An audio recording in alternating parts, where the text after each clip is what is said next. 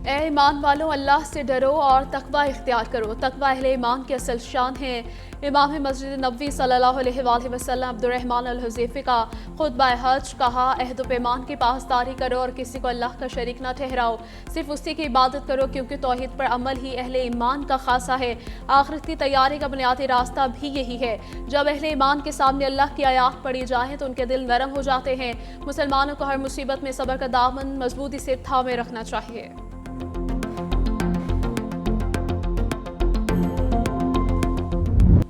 لبیک اللہم لبیک لبیک لا شریک لک لبیک۔ حج کے رکن اعظم وقوف عرفہ کی ادائیگی جاری۔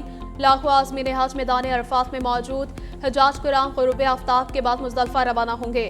مغرب اور عشاء کی نمازیں ایک ساتھ ادا کی جائیں گی۔ حجاج کرام رات مزدلفہ میں کھلے آسمان تلے گزاریں گے۔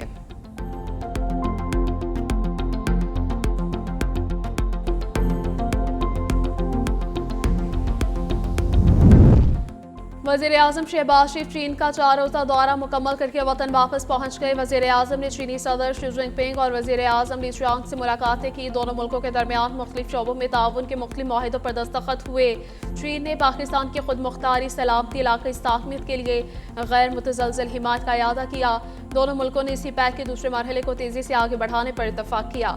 جنوبی ایشیا میں امن و استحکام اور تمام تنازعات کے حل کے لیے مذاکرات پر زور دیا گیا۔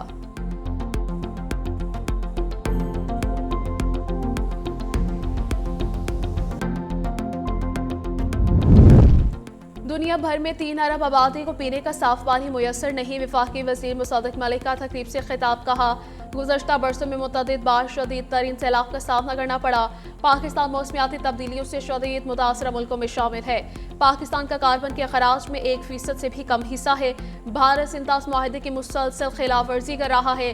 موسمیاتی تبدیلیوں سے نمٹنے کے لیے مل کر اقدامات کرنا ہوں گے۔ دنیا بھر خصوصاً افریقہ میں پانی کی شدید قلت کا سامنا ہے۔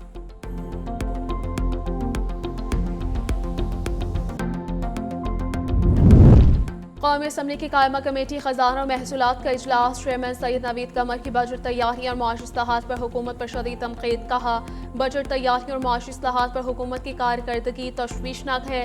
بالواسطہ ٹیکس اور پیٹرولیم لیوی پر انحصار خطرناک رجحان ہے۔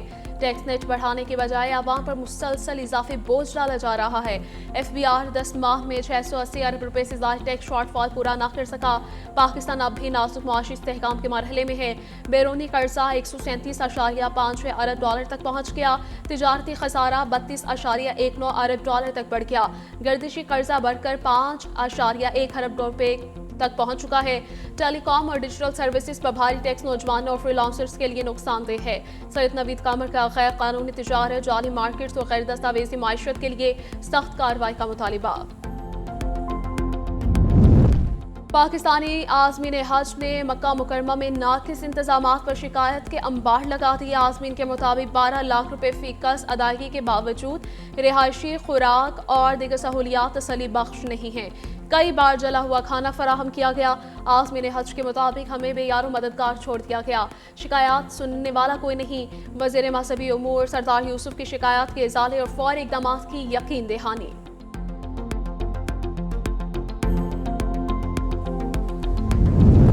نائب وزیر اعظم اور وزیر خارجہ اسحاق ڈار 3 روزہ سرکاری دورے پر نیو یارک پہنچ گئے۔ 24 سے 28 مئی تک اقوام متحدہ سلامتی کونسل کے اعلیٰ سطحی عہدہ پر مباحثے میں شرکت کریں گے۔ اجلاس چین کی صدارت میں منعقد ہوگی۔ نائب وزیر اعظم اسحاق ڈار دورے کے دوران مختلف ممالک کے وزرائے خارجہ اور اقوام متحدہ کے اعلیٰ حکام سے بھی ملاقاتیں کریں گے۔ پاکستان کے مستقل مندوب اور کونسل جنرل نے اسحاق ڈار کا استقبال کیا۔ دورے میں عالمی امن اور کثیر الجہتی نظام پر پاکستان کا موقف پیش کیا گیا ہے۔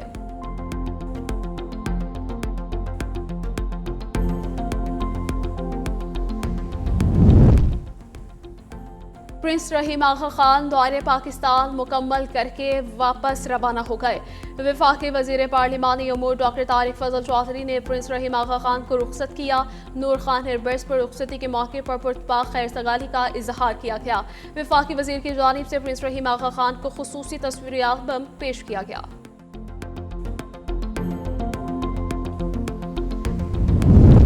صہیونی نظام اپنے اختتام کی جانب بڑھ رہا ہے، مسلم ممالک اپنے مستقبل کے فیصلے خود کریں۔ ایرانی سپریم لیڈر مجتبی خامنہئی کا حج کے موقع پر پیغام، کہا اسلامی انقلاب نے خطے میں بیرونی اثر و رسوخ کم کر دیا، مستقبل کی اسلامی تہذیب مسلم امہ کا مشترکہ ہدف ہونا چاہیے۔ ایران اپنے عقیدے اور نظریے پر قائم ہے، خطے کے اقوام اپنے مستقبل کا فیصلہ خود کریں گے۔ خطے میں امریکی اثر و رسوخ کم ہو رہا ہے، ایران اور مزاحمتی قوتوں نے مختلف محاذوں پر کامیابیاں حاصل کی ہیں۔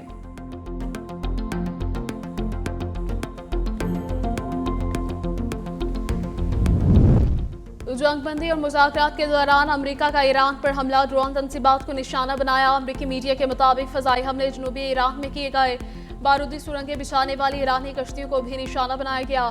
امریکی فوج جنگ بندی کے دوران تحمل کا مظاہرہ کرتے ہوئے امریکی مفادات کا دفاع کرے گی۔ اس سے پہلے ایران کے شہر بندر عباس میں بھی کئی دھماکوں کی آوازیں سنی گئیں۔ ایرانی میڈیا کے مطابق بندر عباس میں صورتحال کنٹرول میں ہے، تشویش کی کوئی بات نہیں۔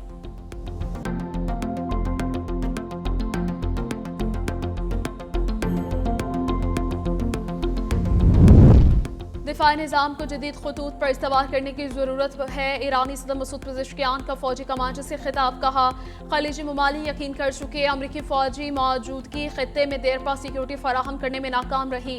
امریکہ پر سیکیورٹی کے لیے انحصار ایک غیر مؤثر اور غیر حقیقت پسندانہ تصور ثابت ہوا۔ دشمن جدید ٹیکنالوجی اور نئے دفاعی آلات حاصل کر چکا ہے۔ فوج کو جدید دفاعی صلاحیتوں اور تکنیکی برتری کے حصول کے لیے اقدامات تیز کرنے ہوں گے۔ جامعات، سائنسی مراکز اور علم پر مبنی کمپنیوں کے ساتھ تعاون بڑھایا جائے گا۔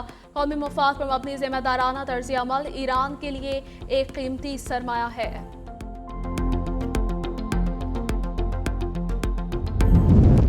ایران کے ساتھ معاہدہ اب بھی ممکن ہے، ابتدائی دستاویز پر بات چیت کر رہے ہیں۔ آج قطر میں مذاکرات جاری تھے۔ امریکی وزیر خارجہ مارکو روبیو کا بیان، کہا دیکھنا ہوگا کوئی پیش رفت ہو سکتی ہے یا نہیں۔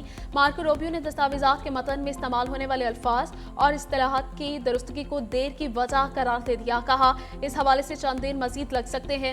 صدر معاہدہ چاہتے ہیں لیکن صرف اچھا معاہدہ ہی قبول کیا جائے گا، بہتر ڈیل ہوگی یا پھر کوئی ڈیل نہیں ہوگی۔ آبنائے ہرمز ہر صورت کھلی رہے گی۔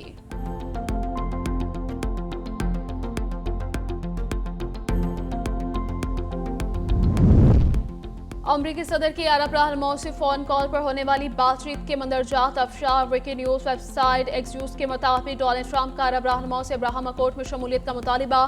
عرب ممالک اسرائیل کے ساتھ تعلقات معمول پر لائیں۔ ٹرمپ کے مطالبے پر عرب رہنماؤں نے مطالبے پر کوئی جواب نہیں دیا۔ ٹرمپ نے آئندہ ہفتے میں رابطے کا کہہ کر فون کال ختم کر دی۔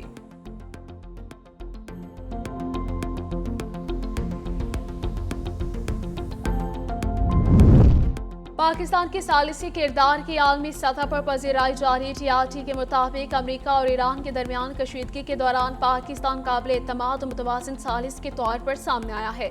خاموش، منظم اور مؤثر سفارتکاری کو ترجیح دی۔ رپورٹ کے مطابق پاکستان نے مختلف عالمی اور علاقائی طاقتوں کے برعکس تشہیر کی بجائے بیک چینل ڈپلومیسی اور عملی روابط کے ذریعے کردار ادا کیا، جبکہ پاکستان کی جغرافیائی اہمیت، عسکری انٹیلیجنس ساکھ اور مختلف ممالک سے تعلقات نے اسے ایک منفرد سفارتی حیثیت دی ہے۔ پاکستان امریکہ، چین، ایران، خلیجی ریاستوں اور ترکیہ کے ساتھ فعال روابط میں ثابت ہوا ہے۔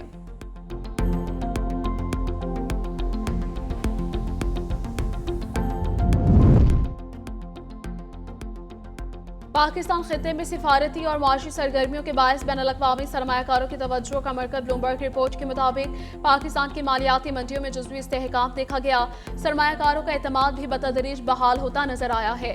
رپورٹ میں آئی ایم ایف پروگرام، دوست ممالک کی مالی معاونت اور بیرونی سرمایہ کاروں کو پاکستان کی معاشی پالیسیز اہم عوامل قرار۔ خلیجی ممالک، چین اور دیگر شراکت داروں کا کردار نمایاں۔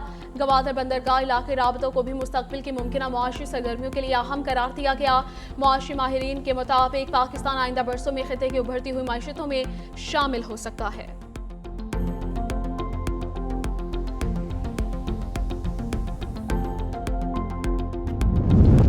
انمول عرف پنکی کو علاج کے لیے SIUT لے جانے کا فیصلہ۔ انمول پنکی کی جیل سے باہر نقل و حرکت کے لیے غیر معمولی سیکیورٹی انتظامات ناگزیر ہیں۔